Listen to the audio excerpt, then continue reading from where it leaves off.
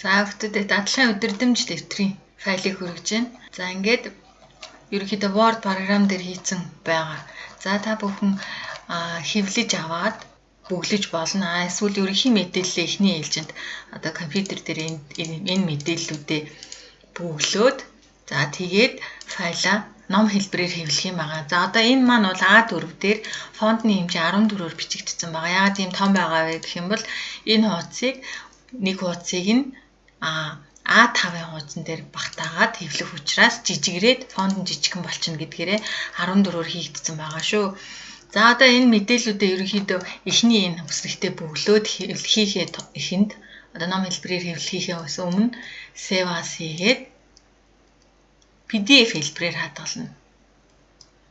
За одоо энэ type гэдгээсээ PDF-ээ сонгоод за би нэлэгцэн дээр хадгалчих.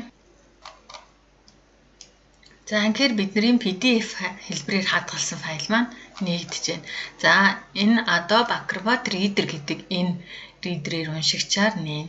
За одоо энэ програм суугаагүй байх юм бол браузерөөрөө нэгдэчихээр хэвлэхэд ном хэлбэрээр хэвлэхдэггүй болчихдог шүү. Word програмаас шууд ном хэлбэрээр хэвлэнэ гэхээр бидний хийсэн файл маань A4 дээр байгаа.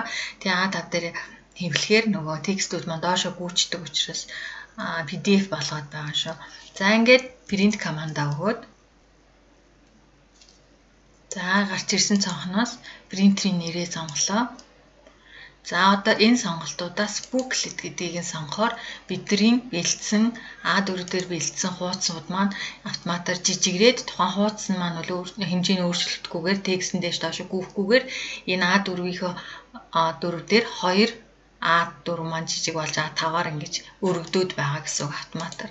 За одоо хэвлэхдээ booklet subset гэдгээс нь за front гэхээр зөвхөн нүүрэн талд гарах хуудсуудыг ихний удаад хэвлэчин. За цаасаа эргүүлж хийгээд back гэдгийг сонгоод хэвлэх юм бол бидний арт талд нь гарч байгаа хуудсууд хэвлэгдэн. Тэгэхээр энэ хуудсын маань дараалал алдагдахгүй автоматар ингээд ном хэлбэрийн болчих хэвлэгдэх юм. За тэгээд бүгдээрээ одоо энийгээ нөгөө 12-ын дэвтэр шиг голд нь үдээд ингээд нуглаад жижигхэн дэвтэртэй болж байгаа шүү. Зээд эдрийгээ гараараа бөглөөд ардлын бол урдлын заавруудыг нь харж агаад тухайн аж ахуй нэгжээрээ тамгаад аруулад тэгээд сургуультаа хураалгах юм шүү.